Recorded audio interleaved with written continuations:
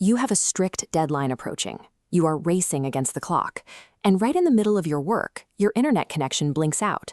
And now you are completely cut off. You pick up the phone to call tech support. You are panicked, trying to explain how important this is. On the other end, the agent is calm, reading off a list of technical terms that make absolutely no sense to you. Neither side is actually listening to the other.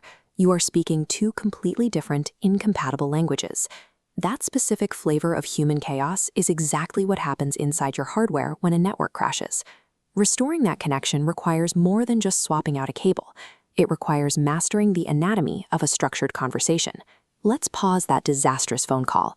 To see what actually went wrong, we need to break down how a message travels from point A to point B.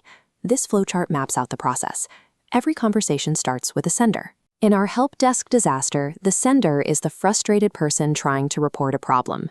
Inside your network, the sender is your laptop or your smartphone trying to ask for a web page to load. On the other side is the receiver. This is the person supposed to listen and make sense of the information, our tech support agent. In the digital world, the receiver is the massive computer you are trying to reach, like the machines that run your favorite streaming apps.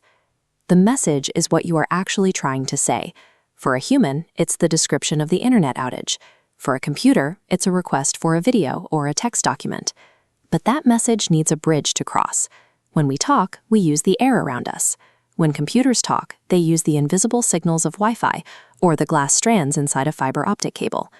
Whether you are a person talking on the phone or a laptop asking for a website, the basic parts are exactly the same. Having a sender, a receiver, and a pathway is a good start. But without rules, the whole system falls apart. This is where the rulebook comes in. For people, this means speaking the same language, taking turns, and being polite.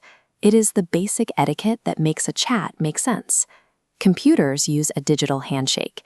It's a shared agreement on exactly how to package up a message and send it so that everything arrives in the right order.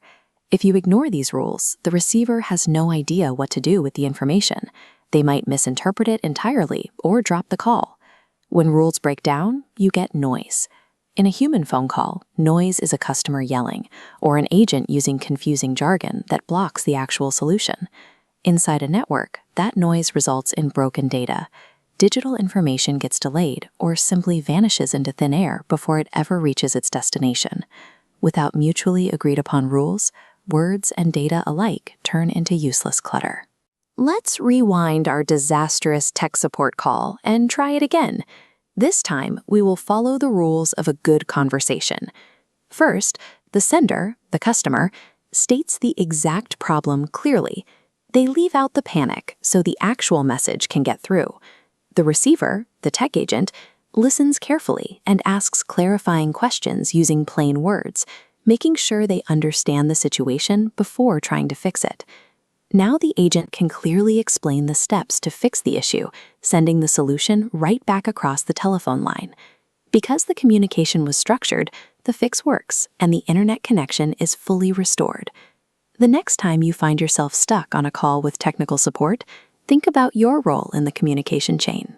Whether you are a computer firing millions of data points across the globe, or a person trying to get your Wi-Fi working again, making a connection requires the exact same things: a focused sender, a listening receiver, a stable pathway, and a shared set of rules.